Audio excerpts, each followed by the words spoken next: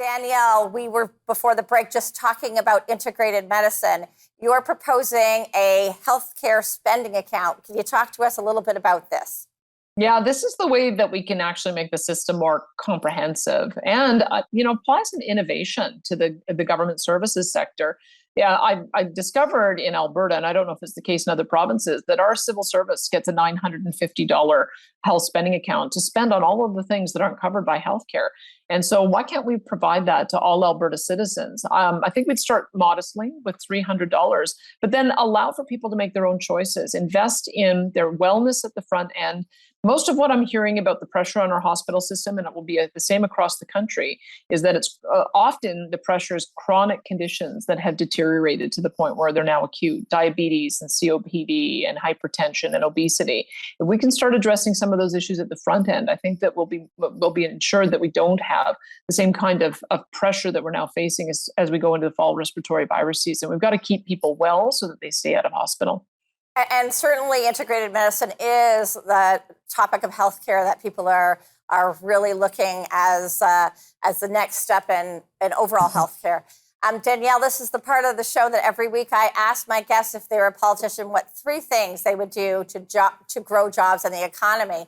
If you win the leadership and become premier, what 3 things would you do? Well, I'd partner with Premier Scott Moe in Saskatchewan in telling Ottawa, we're not going to enforce your ridiculous laws that target our industry unfairly and out of your jurisdiction. They're talking about putting special taxes on our oil and gas sector to force them to reduce emissions by 50% in 8 years. And they want them to reduce fertilizer use 30%. We're just going to say, sorry, it's not your domain, it's ours. So back off. And I'm glad to see that Premier Moe is taking the same strong opinion on that. We also want to make sure that we develop these economic corridors. What that does is it creates a go zone for development. One of the problems we've had in getting any kind of linear infrastructure built in the past is that we haven't addressed the landowner issues and the environmental issues and the First Nations ownership issues. We're going to work on establishing those up front, so that the industries can then be proponents for building in those corridors. And the third thing is that we need to clear away the problems that we have in permitting and applications and approval process. It can take not just months, but years, sometimes decades to get approvals done. We need to expedite that process. And I think we can start small with construction projects in municipalities and other areas where the province has control over. We should have a 30-day maximum approval window.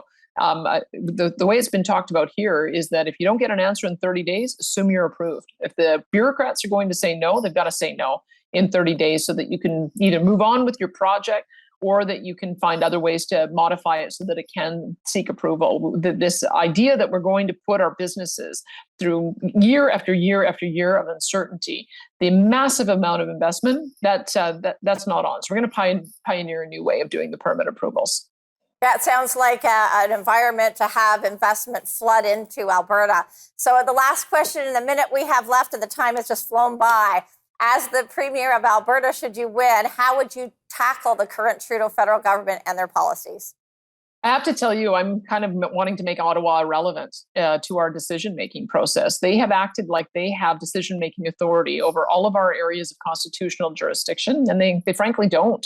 I think they should be focused on getting our national defense spending up to the level that our partners expect us to. They should be focusing on clearing away trade barriers rather than enforcing trade barriers against us, and they should figure out how to process passport office applications in a more efficient way. They got a lot on their plate, so I think that we're going to push them back into their lane and wish them well on solving those problems, because we got work to do in solving our own problems in Alberta. Well, sounds like a great plan.